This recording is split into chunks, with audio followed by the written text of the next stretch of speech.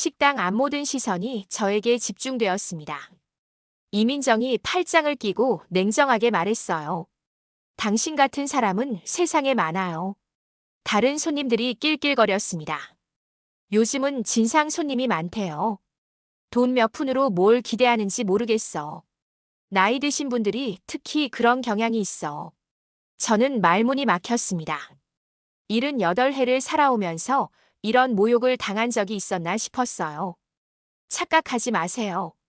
이민정의 차가운 목소리가 가슴에 꽂혔어요. 정우가 스마트폰을 꺼내며 속삭였습니다. 요즘 이런 영상 SNS에 올리면 인기 많다던데. 누군가 웃으며 말했어요. 이런 데는 돈 있는 사람은 안 와요. 저는 무력하게 서 있을 수밖에 없었습니다. 변명도 할 수 없었어요. 가슴이 터질 것 같았습니다. 그들은 몰랐습니다. 지금 자신들 앞에 서 있는 이 초라한 노인이 누구인지를. 본격적으로 이야기를 시작함에 앞서 구독과 좋아요를 눌러주시면 저희 채널에 큰 힘이 됩니다. 안녕하세요. 저는 정해철이라고 합니다. 올해로 78이 되었죠. 새벽 6시 알람도 없이 눈이 떠졌습니다.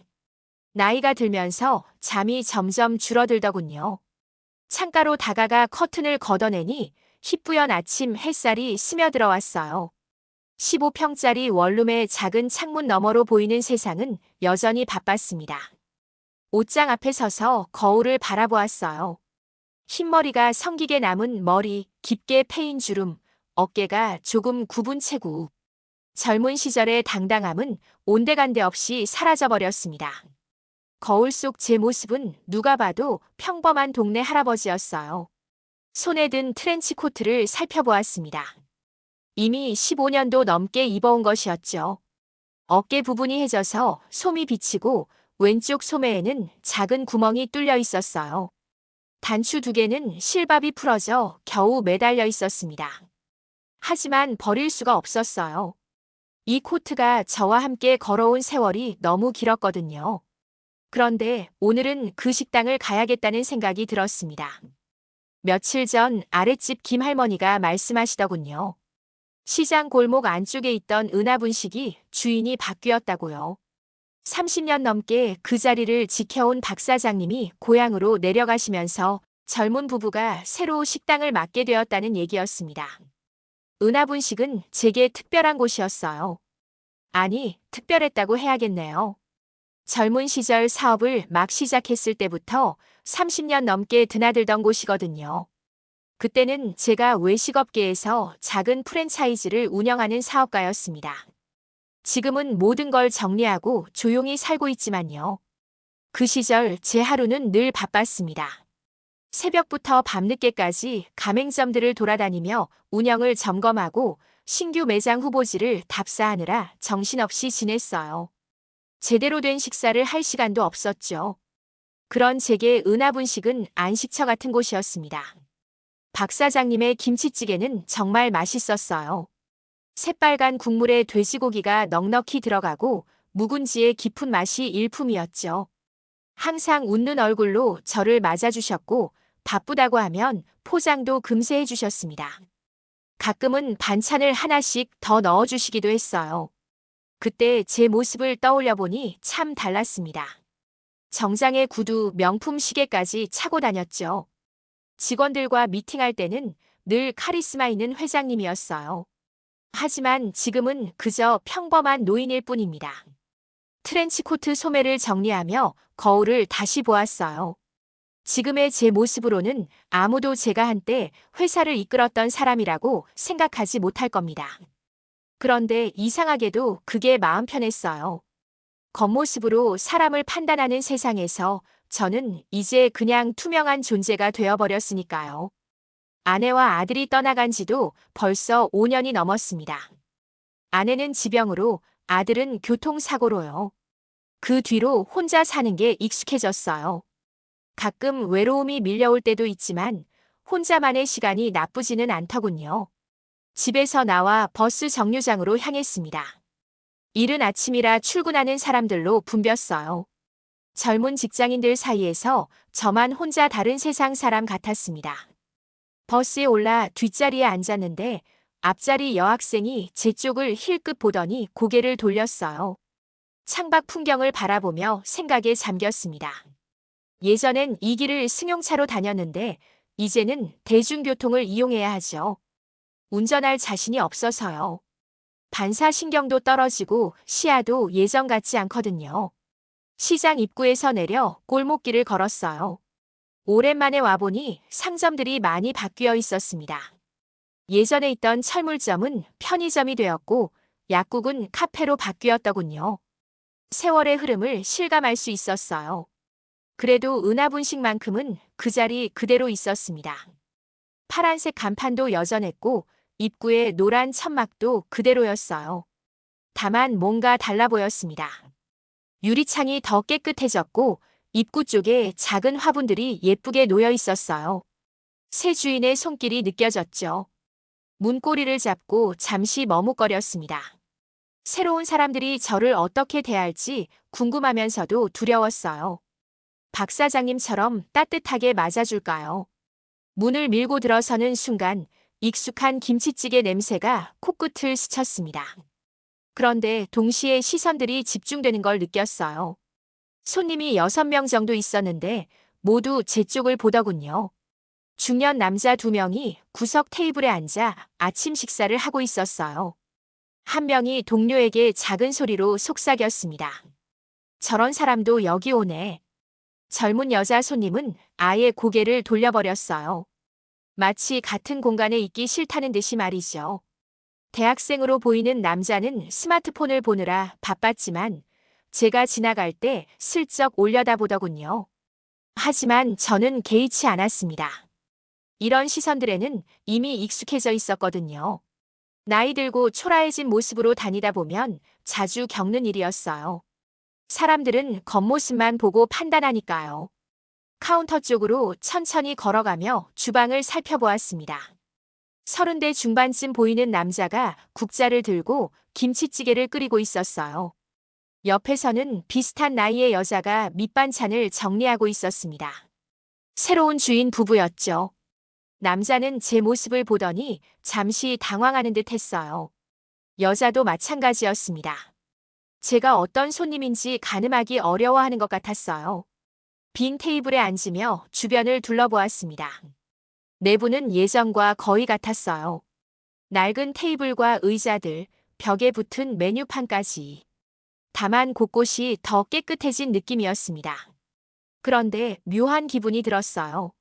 예전에는 이곳에서 늘 환영받는 손님이었는데 지금은 그냥 이상한 노인 취급을 받고 있었거든요. 사람들의 시선이 따가웠습니다. 새로운 주인들이 저를 어떻게 대할지 지켜보기로 했어요. 박 사장님처럼 따뜻하게 맞아줄까요? 아니면 다른 손님들처럼 불편해할까요? 이 작은 식당에서 벌어질 일들이 갑자기 궁금해졌습니다. 테이블에 앉아 메뉴판을 들여다보고 있는데 새 주인 여자가 다가왔습니다. 30살 정도로 보이는 그녀의 얼굴에는 당황스러움이 역력했어요. 앞치마를 두른 손을 허리에 올리고 저를 내려다보며 입술을 꾹 다물었습니다. 아저씨. 목소리가 차갑더군요. 예전에 박 사장님이 부르던 따뜻한 어조와는 전혀 달랐어요. 여기 손님 아니시죠? 순간 식당 안이 조용해졌습니다. 다른 손님들이 모두 저희 쪽을 바라보더군요.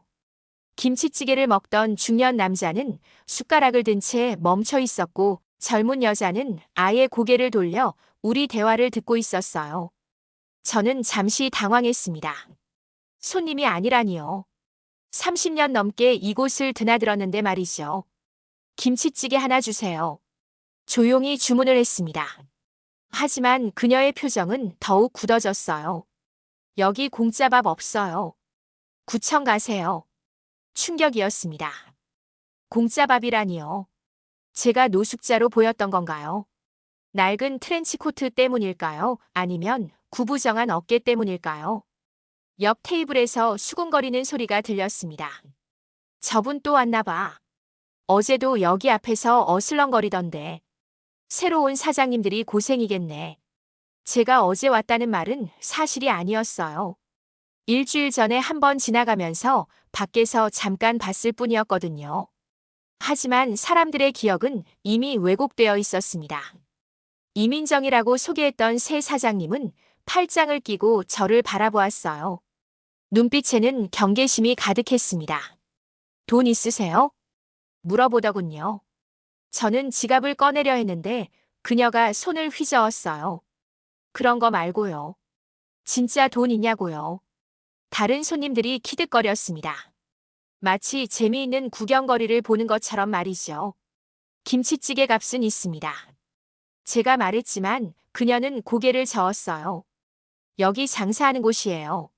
동정심으로 운영하는 게 아니거든요. 주방에서 남편으로 보이는 남자가 나왔습니다. 이름표를 보니 이태수라고 되어 있더군요. 그도 저를 보는 눈빛이 곱지 않았어요. 뭔 일이야, 여보. 이분이 공짜로 밥 달라고 하시네요. 공짜로 달라고 한 적 없습니다. 김치찌개 주문했어요.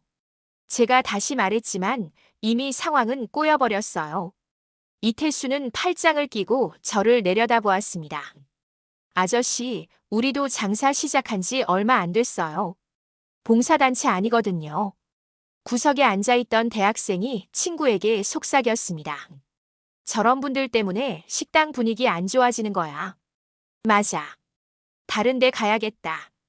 젊은 여자 손님은 이미 일어나서 계산을 하고 있었어요. 제 때문에 손님들이 떠나고 있었습니다. 이민정의 얼굴이 더욱 굳어졌어요. 보세요. 손님들 다 불편해하잖아요. 저는 지갑을 꺼내서 5,000원짜리 지폐를 테이블 위에 놓았습니다. 김치찌개 값이에요. 하지만 그녀는 그 돈을 보지도 않았어요. 아저씨, 이해해 주세요. 우리도 먹고 살아야 하거든요. 이태수가 부인 옆으로 다가섰습니다. 여기 동네 분위기도 있고 다른 손님들 생각도 해야 해요. 중년 남자 손님이 일어나면서 중얼거렸어요. 요즘 이런 분들이 많아져서 문제야. 식당 안 분위기가 점점 무거워졌습니다. 모든 시선이 저에게 집중되어 있었어요. 마치 제가 무슨 죄라도 지은 것처럼 말이죠. 저는 천천히 일어났습니다. 더 이상 여기 있어봤자 상황만 악화될 것 같았거든요. 괜찮습니다. 작은 목소리로 말했어요. 이민정은 안도의 표정을 지었습니다. 이해해 주셔서 감사해요. 문을 향해 걸어가면서 뒤돌아보았어요. 이태수와 이민정이 다른 손님들에게 사과하고 있었습니다. 죄송해요. 앞으로 이런 일 없도록 조심하겠습니다. 그 모습을 보니 가슴이 먹먹했어요. 제가 마치 식당에 해를 끼치는 존재가 된 것 같았거든요. 밖으로 나와서 찬 공기를 마셨습니다. 하늘은 여전히 흐렸고 골목길은 조용했어요. 혼자 서 있으니 더욱 초라한 기분이 들었습니다. 30년 동안 드나들던 곳에서 이런 대접을 받을 줄은 몰랐어요. 물론 새 주인들 입장에서는 저를 모르니까 그럴 수도 있겠죠. 하지만 그래도 서운했습니다. 지갑 속 지폐들을 보니 씁쓸했어요. 돈은 충분히 있었거든요. 하지만 그들은 제 겉모습만 보고 판단했습니다. 이게 현실이구나 싶었어요. 나이 들고 초라한 모습이 되면 어디서든 이런 취급을 받는 거죠. 젊었을 때는 몰랐던 일이었습니다. 그런데 이상한 생각이 들었어요. 과연 이것만으로 끝일까요? 새로운 주인들이 어떤 사람들인지 더 알아보고 싶어졌습니다. 박 사장님이라면 어떻게 했을까요? 아마 저를 따뜻하게 맞아주셨을 거예요. 그리고 다른 손님들에게도 예의를 갖춰 대했겠죠. 하지만 이 젊은 부부는 달랐습니다. 겉모습으로 사람을 판단하고 편견을 가지고 대했어요. 문득 궁금해졌습니다. 이들이 정말 이 식당을 잘 운영할 수 있을까요? 손님을 대하는 태도가 이렇다면 과연 오래 갈 수 있을까요? 골목길을 천천히 걸으면서 생각했어요. 이건 단순한 오해가 아닐지도 모르겠다는 생각이 들었습니다. 뭔가 더 깊은 문제가 있는 것 같았거든요. 집으로 돌아가는 길에 불안한 마음이 들었어요. 오늘 일이 그냥 지나갈 일은 아닌 것 같았습니다.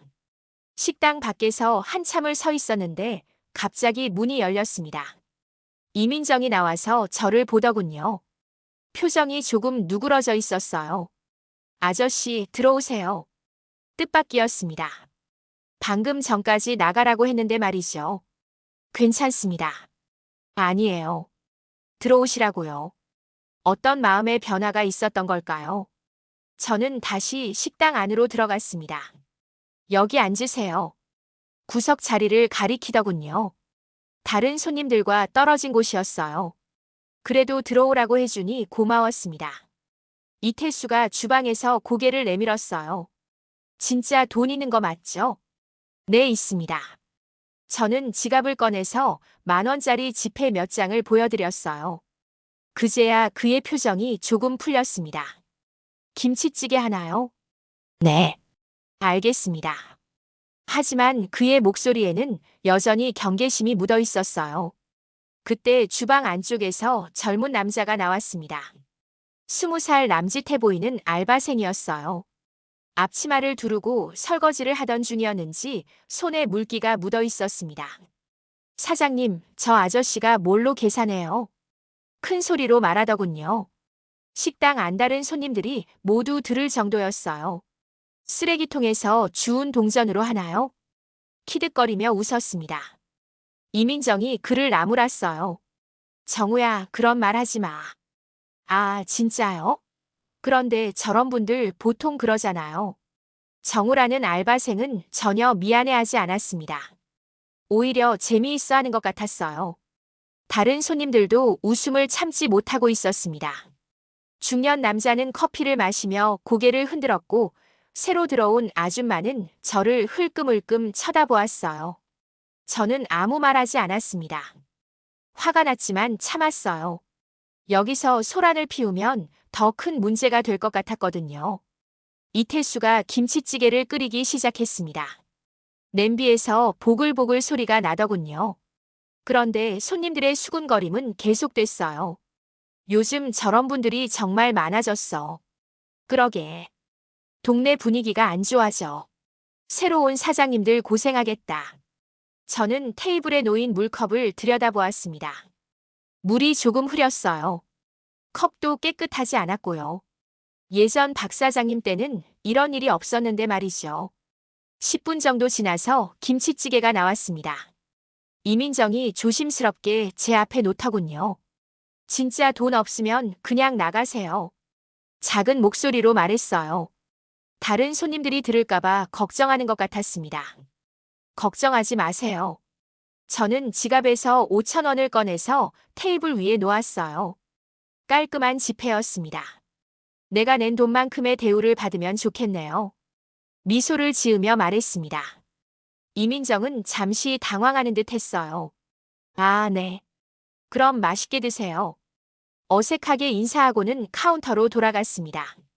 김치찌개를 한 숟가락 떠먹어 보니 맛이 예전과 달랐어요. 짜기도 하고 김치가 덜 익었더군요. 박 사장님의 손맛과는 거리가 멀었습니다. 그때 식당 한쪽에 걸린 TV에서 뉴스가 나오기 시작했어요. 전국 최대 외식그룹 한빛F&B가 창립 50주년을 맞아 대규모 기념행사를 개최했습니다. 앵커의 목소리가 식당 안에 울려 퍼졌어요. 화면에는 웅장한 호텔 로비가 나오고 있었습니다. 한빛F&B는 지난 1975년 작은 식당 하나로 시작해 현재 전국 3,000여 개 매장을 운영하는 대기업으로 성장했습니다. 저는 숟가락을 든 채 TV를 바라보았어요. 낯익은 화면이었습니다. 창업자 정해철 회장은 현재 은퇴한 상태이며 제 이름이 나왔지만 아무도 관심을 두지 않았어요. 이태수는 설거지에 바빴고 이민정은 계산대를 정리하고 있었습니다. 정우는 스마트폰만 들여다보고 있었어요. 요즘 대기업들 행사 너무 화려하게 하지 않나요? 다른 손님이 중얼거렸습니다. 그런 돈으로 서민들 도우면 좋을 텐데. 아이러니했어요. 제가 바로 그 회사의 창업자인데 지금은 이곳에서 홀대받고 있었거든요. 뉴스는 계속 이어졌습니다. 한빛F&B는 올해 매출 1조 원을 돌파하며 업계 선두를 달리고 있습니다. 특히 서민층을 위한 합리적 가격의 메뉴 개발에 주력하고 있다고 밝혔습니다.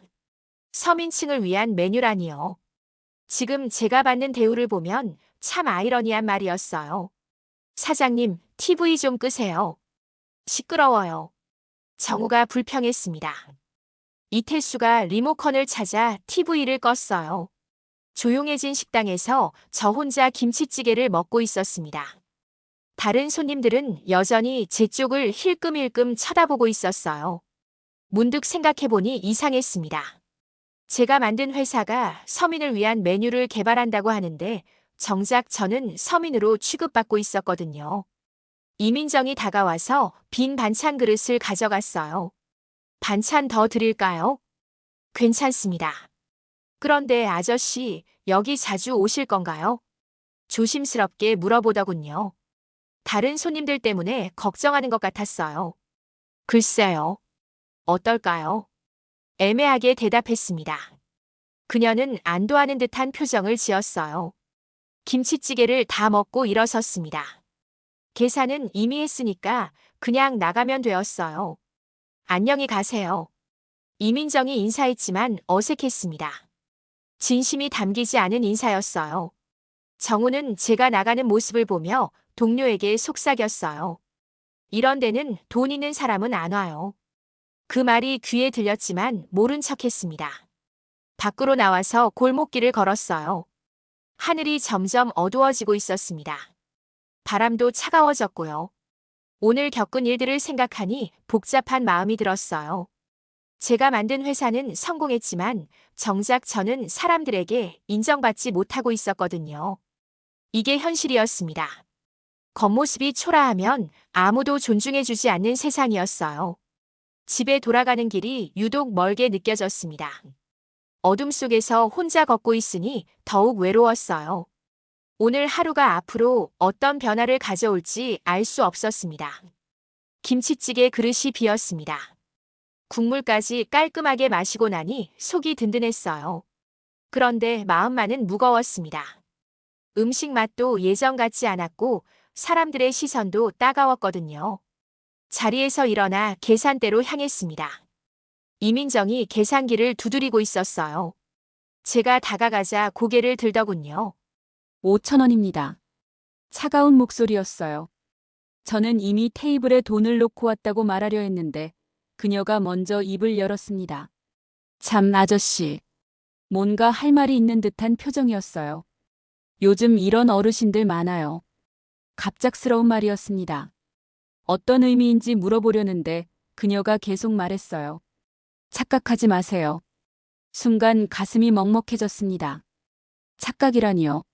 무엇을 착각하지 말라는 건가요? 돈 몇 푼 내고 와서 이상한 기대하시는 분들이 있거든요. 목소리에 짜증이 섞여 있었어요.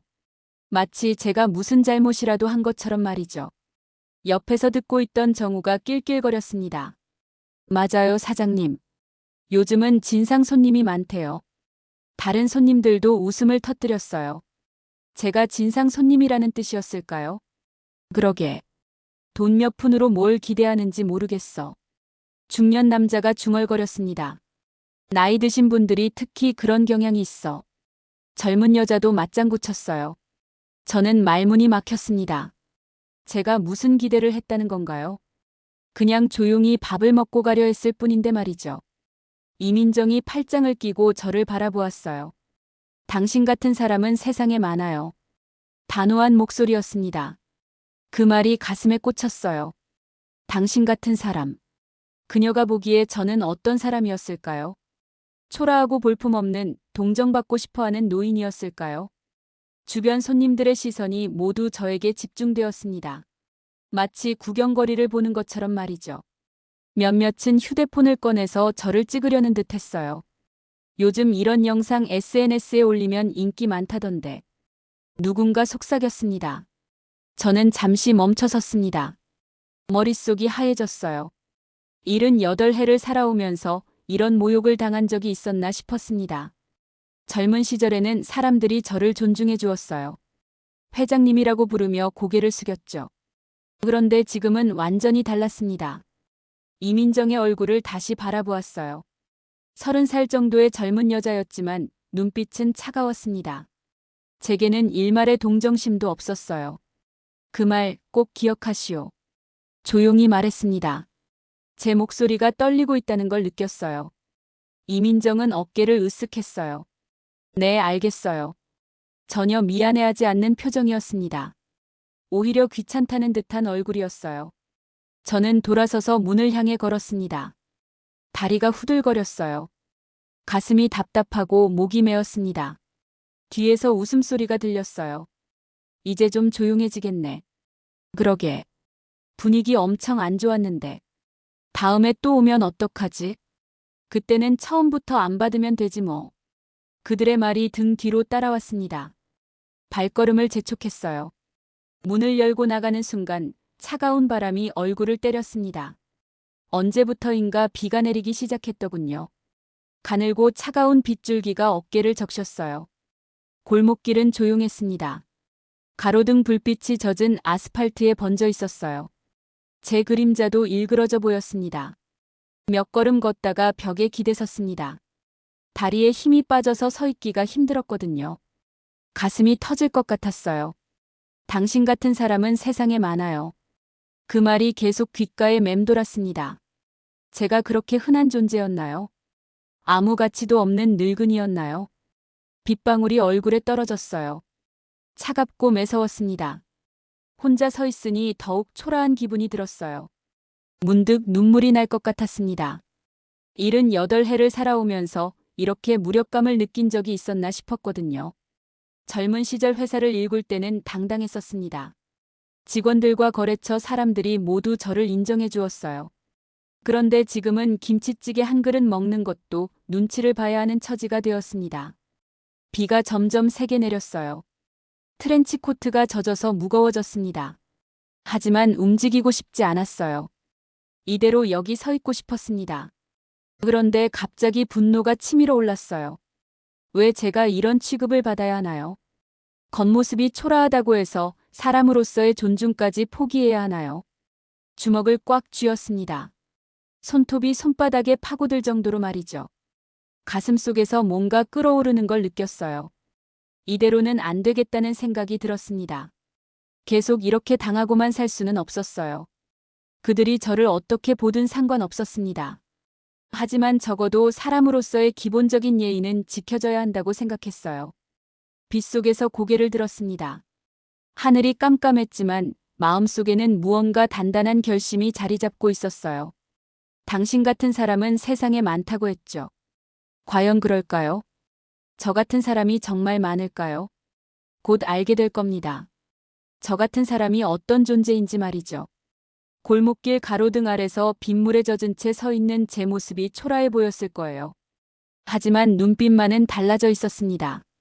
예전과는 다른 결기가 서려 있었어요. 더 이상 당하고만 있지는 않겠다는 의지였습니다. 비는 계속 내렸지만 저는 더 이상 추위를 느끼지 않았어요. 가슴속에서 타오르는 무언가가 있었거든요. 내일은 다를 것입니다. 분명히 말이죠. 골목길 가로등 아래 서서 뒤를 돌아보았습니다. 은하분식의 불빛이 희미하게 보였어요. 그 모습을 바라보니 오래된 기억이 떠올랐습니다. 이 골목에서 제 인생이 시작됐습니다. 1975년 27살의 저는 이곳에서 작은 국밥집을 열었어요. 가게 이름은 정성국밥이었습니다. 지금의 은하분식 바로 옆자리였죠. 그때는 정말 힘들었습니다. 빚을 얻어 시작한 장사였거든요. 아내는 임신 중이었고 하루하루가 막막했어요. 새벽 4시에 일어나 육수를 끓이고 밤늦게까지 설거지를 했습니다. 손님이 잘 오지 않았어요. 경험도 없었고 맛도 변변치 않았거든요. 하루 매출이 10,000원도 안 되는 날이 많았습니다. 그런 제게 손을 내민 사람이 바로 박 사장님이었어요. 젊으니 힘들어 보이네. 어느 날 저녁 정리를 하고 있는데 옆집에서 오시더군요. 은하분식을 막 시작한 지 3년째였던 박 사장님께서 말이죠. 국밥 한 그릇 먹어보자. 그날 저녁이 생각납니다. 박 사장님은 제가 끓인 국밥을 드시고는 고개를 끄덕이셨어요. 맛이 괜찮은데 왜 손님이 안 올까? 잘 모르겠어요. 음식만으로는 안 된다네. 사람을 먼저 보살펴야 해. 그 뒤로 박 사장님은 자주 도움을 주셨습니다. 저희 가게에 손님을 보내주기도 하고 장사 노하우도 알려주셨어요. 사람이 먼저야 젊은이. 돈은 그 다음이라네. 박 사장님의 가르침이었습니다. 몇 년이 지나면서 조금씩 자리를 잡기 시작했어요. 박 사장님이 가르쳐준 대로 손님을 정성껏 모셨거든요. 배고픈 사람이 오면 공짜로라도 밥을 먹이곤 했습니다. 어느 겨울날이었어요. 일용직 일꾼 아저씨가 돈이 없다며 미안해하시는 거예요. 박 사장님의 말이 떠올라서 그냥 드리라고 했습니다. 고맙습니다. 꼭 갚을게요. 그 아저씨는 나중에 단골이 되셨어요. 주변 사람들에게도 저희 가게를 소개해 주셨고요. 그렇게 하나하나 쌓아가며 가게가 커졌습니다. 두 번째 가게를 낼 때도 박 사장님이 축하해 주셨어요. 성공하면 꼭 이 골목 다시 찾아오라. 제가 이 동네를 떠날 때 하신 말씀이었습니다. 여기가 자네 시작점이니까. 그 약속을 지키려고 가끔 왔었어요. 박 사장님과 차 한 잔 마시며 옛날 얘기를 나누곤 했습니다. 자네는 성공했어도 초심을 잃지 않는구나. 박 사장님이 자주 하시던 말씀이었어요. 하지만 언제부터인가 바빠져서 발걸음이 뜸해졌습니다. 회사가 커지고 일이 많아지면서 말이죠. 마지막으로 뵌 게 벌써 5년 전이었어요. 그때 박 사장님이 말씀하셨습니다. 사람은 성공하면 변하기 마련이야. 하지만 자네는 다를 거라 믿는다. 그런데 지금 생각해보니 저도 변했을지도 모르겠어요. 성공한 뒤로는 편한 사람들과만 어울렸거든요. 가난하고 힘든 사람들을 외면했을 수도 있었습니다. 오늘 이 식당에서 받은 대우를 생각해보니 아이러니했어요. 제가 한때 그런 위치에 있었는데 지금은 반대 상황이 되었거든요.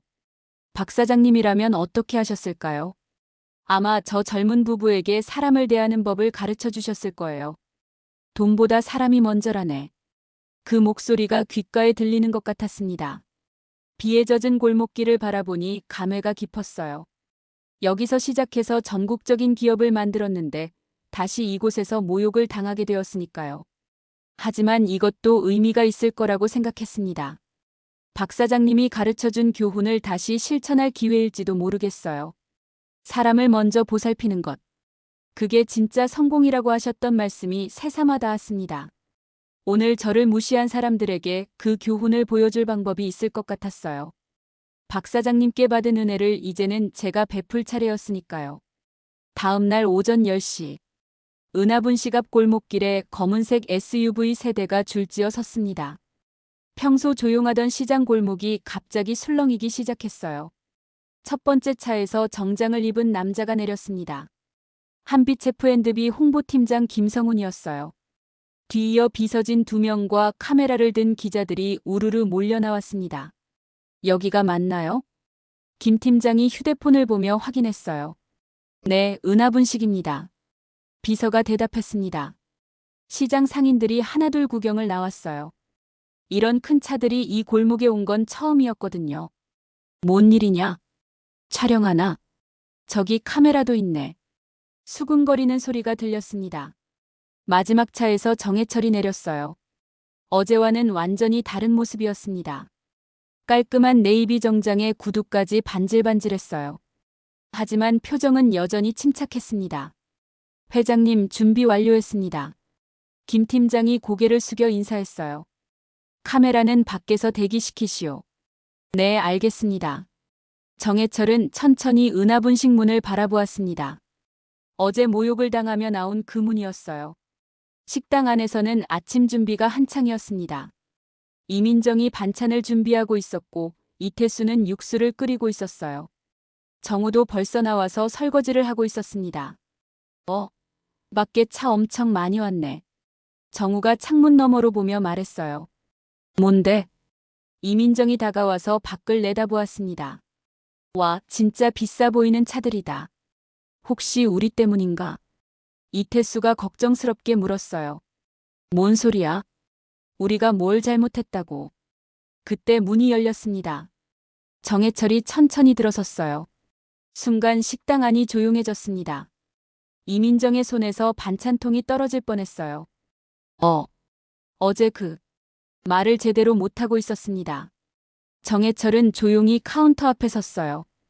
어제와 같은 자리였지만 분위기는 완전히 달랐습니다. 어제 여기서 밥 먹었죠? 차분한 목소리였어요. 네, 네. 이민정이 겨우 대답했습니다. 제가 한빛 F&B 창립자 정해철입니다. 정적이 흘렀습니다. 마치 시간이 멈춘 것 같았어요. 이태수의 얼굴이 하얗게 질렸습니다. 손에 들고 있던 국자가 떨리고 있었어요. 한빛 F&B요? 네, 맞습니다. 정우는 아예 입을 벌리고 서 있었어요. 어제 비웃었던 그 노인이 대기업 회장이라니 믿어지지 않았거든요. 이민정이 뒤로 한 걸음 물러섰습니다. 그럼 어제. 네, 어제 여기서 모욕당한 사람이 바로 저입니다. 정해철의 목소리는 여전히 차분했어요. 하지만 그 속에 무게가 실려 있었습니다. 밖에서 웅성거리는 소리가 들렸어요. 상인들이 모여들고 있었습니다. 저기 들어간 분이 회장님이래. 진짜? 어떤 회장님? 한빛 F&B래. 엄청 큰 회사잖아. 소문이 빠르게 퍼지고 있었어요. 이민정의 입술이 파르르 떨렸습니다. 죄송합니다. 무엇이 죄송한지 구체적으로 말씀해 보시죠. 정해철이 묻자 이민정은 말문이 막혔어요. 이태수가 앞으로 나섰습니다. 회장님, 저희가 잘못했습니다. 어떻게 잘못했는지 말해보세요. 그게. 이태수도 제대로 대답하지 못했어요. 정우는 구석으로 숨어버렸습니다. 어제 비웃었던 게 생각나서 얼굴을 들 수가 없었거든요. 그때 문 밖에서 김 팀장이 고개를 내밀었어요. 회장님, 지금 본사에서 연락이 왔습니다. 잠시만요. 정해철이 손을 들었어요. 식당 안 분위기는 더욱 무거워졌습니다. 아침에 와 있던 손님 2명도 상황을 파악하고는 조용히 나가버렸어요. 이민정이 떨리는 목소리로 말했습니다.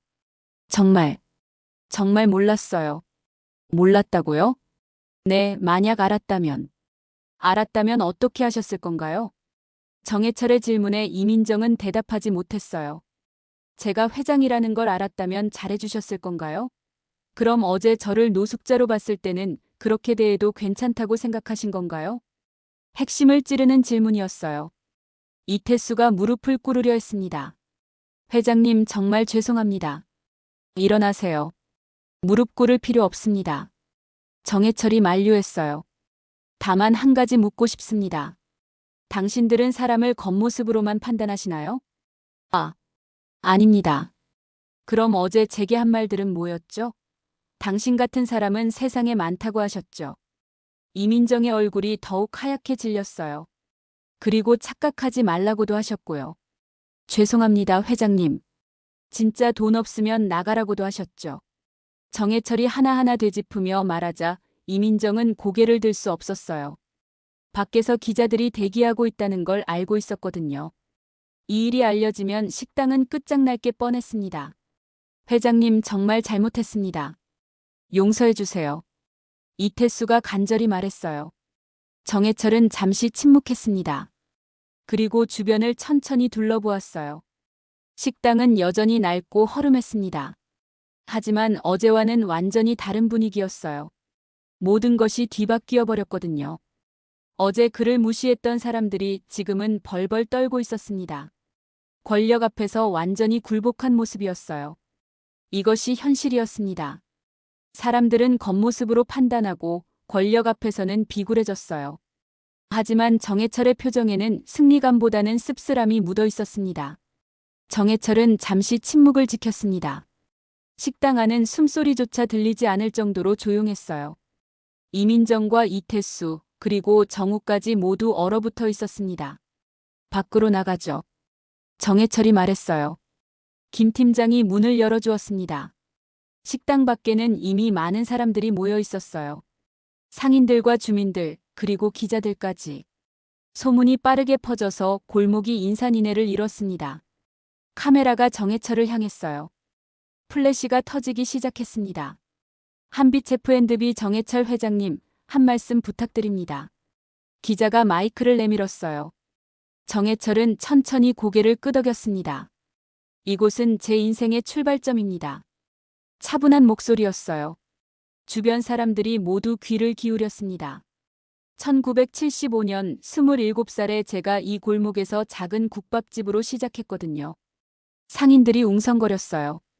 그 유명한 한빛 F&B가 이 골목에서 시작됐다니 놀라운 일이었습니다. 하지만 오늘은 큰 실망을 했습니다. 정해철의 표정이 굳어졌어요. 사람은 겉모습이 아니라 태도로 기억되는 거예요. 그런데 이곳에서 겪은 일은 정말 실망스러웠습니다. 기자들이 열심히 받아 적고 있었어요. 카메라는 계속 돌아가고 있었고요. 김 팀장. 네, 회장님. 김 팀장이 앞으로 나섰습니다. 은하분식과의 가맹계약 검토에 들어가세요. 네, 알겠습니다. 순간 식당 안에서 비명 같은 소리가 들렸어요. 이민정이 문 앞에 서서 듣고 있었거든요. 가맹계약이요? 기자가 물었습니다. 네, 저희 한빛 F&B 계열사에서 운영 중인 매장입니다. 하지만 브랜드 이미지에 맞지 않는 운영을 하고 있어서 재검토가 필요합니다. 이 말이 무엇을 의미하는지 모든 사람이 알았어요. 사실상 계약 취소 선언이었습니다. 상인들이 수군거렸어요. 저거 큰일 났네. 가맹계약 끊어지면 패점이잖아. 하루 만에 무너지는구나. 이민정의 얼굴이 새하얗게 질렸습니다. 이태수도 마찬가지였어요. 몇 달 전에 어렵게 얻은 가맹점인데 하루 만에 날아갈 위기에 처한 거였습니다. 정해철이 돌아서려는 순간이었어요. 회장님. 이민정이 뛰어나왔습니다. 그리고 모든 사람이 보는 앞에서 무릎을 꿇었어요. 제가 잘못했습니다. 눈물이 흘러내렸습니다. 다시 한 번만 기회를 주세요. 목소리가 떨리고 있었어요. 주변 사람들이 술렁였습니다. 이런 상황을 본 적이 없었거든요. 이태수도 뛰어나와서 무릎을 꿇었어요. 회장님, 저희가 정말 잘못했습니다. 부모님도 계시고 아이도 있습니다. 제발 한 번만 봐주세요. 정우까지 나와서 고개를 숙였어요. 죄송합니다, 회장님. 정해철은 그들을 내려다보았습니다. 얼마 전까지 자신을 무시하던 사람들이 지금은 무릎을 꿇고 있었어요. 기자들이 이 장면을 놓치지 않고 촬영하고 있었습니다. 내일 뉴스에 나갈 게 뻔했어요. 일어나세요. 정해철이 말했습니다. 아니요, 용서해 주실 때까지 안 일어날 거예요. 이민정이 고집했어요. 정해철은 잠시 고민했습니다. 박 사장님이라면 어떻게 하셨을까요? 사람을 먼저 생각하라고 하셨던 그 말씀이 떠올랐어요. 정말 반성하시는 건가요? 네, 정말입니다. 그럼 조건이 있습니다. 이민정이 고개를 들었어요. 희망적인 표정이었습니다. 이 골목 어르신들께 매일 국 한 그릇씩 대접하세요. 네. 그게 진짜 장사예요. 정해철의 목소리에 온기가 돌았어요. 돈을 받고 파는 것만이 장사가 아닙니다. 사람을 대접하는 게 진짜 장사거든요. 이민정이 눈을 크게 떴어요. 매일 점심시간에 이 골목에서 혼자 지내시는 어르신들을 모시고 무료로 식사를 대접하세요. 한 달만 해보시고 그때 다시 판단하겠습니다. 정말 그렇게 하면 되나요? 네, 하지만 조건이 하나 더 있어요. 말씀해 주세요. 진심으로 해야 합니다. 억지로 하면 금방 티가 나거든요. 이민정이 눈물을 닦으며 고개를 끄덕였어요. 네, 꼭 그렇게 하겠습니다. 그리고 어르신들께 존댓말을 쓰세요. 나이가 적다고 해서 함부로 대하면 안 됩니다. 네, 알겠습니다. 주변에서 지켜보던 상인들이 박수를 쳤어요. 역시 대단한 분이야. 저런 게 진짜 성공한 사람이지. 기자들도 감동적인 장면이라며 계속 촬영했습니다. 정해철이 이민정의 손을 잡아서 일으켜 세웠어요. 사람을 대하는 방법을 배우세요. 겉모습으로 판단하지 말고 진심으로 대접하시면 분명 좋은 결과가 있을 겁니다. 네, 꼭 명심하겠습니다. 이태수도 일어나서 깊게 고개를 숙였어요. 회장님 정말 감사합니다. 정해철은 주변을 둘러보았습니다. 많은 사람들이 지켜보고 있었어요. 이 일이 어떤 메시지를 전할지 생각해보니 의미가 있을 것 같았습니다. 사람은 누구나 실수할 수 있어요. 중요한 건 그 실수를 통해 배우는 거죠. 기자가 마이크를 들이댔어요. 앞으로도 이런 방식으로 경영하실 건가요? 사람이 먼저입니다. 돈은 그 다음이에요. 박 사장님의 가르침을 그대로 전한 말이었어요. 인터뷰를 마치고 정해철은 차로 향했습니다. 김 팀장과 비서들이 따라왔어요. 회장님 정말 괜찮으십니까? 김 팀장이 걱정스럽게 물었어요. 뭐가요? 너무 관대하신 것 같은데요. 관대한 게 아니라 기회를 준 거예요. 사람이 변할 수 있다고 믿어보는 거죠. 차에 오르며 뒤돌아보니 이민정이 아직도 서서 인사하고 있었어요. 진심으로 고마워하는 것 같았습니다. 과연 그들이 약속을 지킬까요? 한 달 뒤에 다시 와서 확인해 봐야겠다고 생각했어요. 차가 출발하면서 골목이 멀어졌습니다. 하지만 마음은 한결 가벼워졌어요. 복수보다는 용서가 더 큰 힘이 있다는 걸 다시 한번 느꼈거든요. 3개월 후 가을바람이 선선한 어느 오후였습니다. 은하분시 앞 골목길은 예전과 사뭇 달라져 있었어요. 식당 앞에 작은 벤치가 놓여 있었고 화분들이 예쁘게 배치되어 있었습니다. 입구에는 어르신 무료 급식 안내문이 붙어 있었어요. 점심시간이 조금 지난 시각이었는데도 식당 안은 북적였습니다. 할아버지 할머니들이 삼삼오오 모여 앉아 따뜻한 국물을 마시고 있었어요. 한쪽에는 학생들이 저렴한 식사를 하며 대화를 나누고 있었습니다. 정해철이 익숙한 트렌치 코트를 입고 골목에 나타났어요. 하지만 이번에는 혼자가 아니었습니다. 얼굴에 온화한 미소가 번져 있었거든요. 문을 열고 들어서니 이민정이 환하게 웃으며 달려왔어요. 회장님, 오늘도 김치찌개 드시죠? 목소리에 진심 어린 반가움이 담겨 있었습니다. 네, 그럽시다. 정해철이 미소로 답했어요. 구석자리에 앉으니 주변 풍경이 눈에 들어왔습니다. 80대로 보이는 할머니가 혼자 앉아 국밥을 드시고 있었어요. 이민정이 다가가서 반찬을 더 가져다 드렸습니다. 할머니, 더 드실까요? 고맙다, 얘야. 자연스럽고 따뜻한 대화였어요. 다른 테이블에서는 이태수가 중학생들에게 공부 이야기를 해주고 있었습니다. 돈 모자라면 언제든 말해. 먼저 먹고 나중에 갚으면 돼. 감사해요, 사장님. 이런 모습을 보니 가슴이 뭉클했어요. 김치찌개가 나왔습니다. 냄새부터 달랐어요. 깊고 진한 국물 향이 식욕을 돋웠습니다. 한 숟가락 떠먹어 보니 맛도 완전히 바뀌어 있었어요. 박 사장님 시절의 그 맛에 가까워졌더군요. 맛이 많이 좋아졌네요. 네, 진짜 맛은 태도에서 나는 것 같아요. 이민정이 수줍게 말했습니다. 그 말이 맞습니다. 정해철이 고개를 끄덕였어요. 식사를 하면서 지난 3개월을 떠올려 보았습니다. 처음에는 걱정이 많았어요. 과연 이들이 변할 수 있을까 싶었거든요. 하지만 결과는 놀라웠습니다.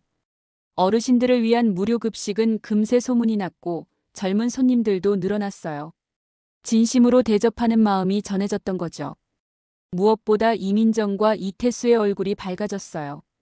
돈만 생각하던 때와는 완전히 달라졌습니다. 회장님 덕분에 저희가 진짜 장사가 뭔지 알게 됐어요. 이태수가 다가와서 인사했습니다. 아니에요. 본인들이 깨달으신 거죠. 처음엔 억지로 했어요, 솔직히. 하지만 어르신들이 고마워하시는 모습을 보니까 마음이 변하더라고요. 이민정이 진솔하게 말했어요. 구석에서 설거지하던 정우도 와서 인사했습니다. 회장님 정말 죄송했어요. 그때 정말 버릇없게 굴었네요. 괜찮습니다. 이제 달라졌으니까요. 네, 앞으로 계속 이렇게 할 거예요. 젊은 사람들의 변화된 모습을 보니 뿌듯했어요. 그때 문이 열리며 할아버지 한 분이 들어오셨습니다. 지팡이를 짚고 계셨는데 이민정이 바로 달려가서 부축해드렸어요. 할아버지, 안녕하세요. 오늘도 오셨네요. 고맙다, 아가야. 편한 자리로 모셔드릴게요. 자연스럽고 정성스러운 모습이었습니다. 정해철은 조용히 식사를 마쳤어요. 계산을 하려고 하니 이민정이 손을 저었습니다. 회장님은 받을 수 없어요. 아니에요. 정당한 대가를 지불해야죠. 그래도요. 회장님이 없었다면 지금의 저희는 없었을 거예요. 결국 돈을 두고 나왔습니다. 문 밖으로 나와서 뒤돌아보니 식당이 포근해 보였어요. 따뜻한 불빛이 새어나오고 사람들의 웃음소리가 들렸습니다. 박 사장님이 계시던 그 시절과 비슷한 모습이었어요. 골목길을 걸으며 생각했습니다. 사람은 정말 변할 수 있구나. 단지 계기가 필요했을 뿐이었어요. 세상에는 성공의 기준이 많이 있습니다. 돈으로 성공한 사람은 많지만 마음으로 성공한 사람은 드물어요. 진짜 성공은 다른 사람을 행복하게 만드는 것이 아닐까 싶었습니다. 한빛 F&B는 여전히 잘 돌아가고 있었어요. 하지만 이제는 단순히 매출만 생각하지 않았습니다. 사람을 먼저 생각하는 기업이 되었거든요. 가을 햇살이 따뜻했습니다. 골목길 어귀에서 한 번 더 뒤돌아보니 은하분식의 간판이 보였어요. 그 아래로 사람들이 오가고 있었습니다. 어르신들과 젊은이들이 자연스럽게 어울리는 모습이었어요. 이것이 진짜 성공이구나 싶었습니다. 돈이나 명예가 아니라 사람들이 행복해하는 모습을 보는 것 말이죠. 집으로 향하는 발걸음이 가벼웠어요. 오늘도 좋은 하루였습니다. 오늘 이야기는 우리 모두가 한 번쯤 돌아봐야 할 마음의 거울 같았죠. 겉모습이 아닌 사람의 진심을 보는 일, 그리고 용서가 만들어내는 진짜 변화의 힘. 작은 태도 하나가 누군가의 하루를 바꿀 수 있습니다. 당신의 따뜻한 한마디가 오늘 누군가를 살릴지도 몰라요. 그럼 오늘 이야기는 여기까지입니다. 영상을 시청해주신 모든 분들 고맙습니다. 저는 아이나레이션 박정현이었습니다. 구독과 좋아요 부탁드립니다. 감사합니다.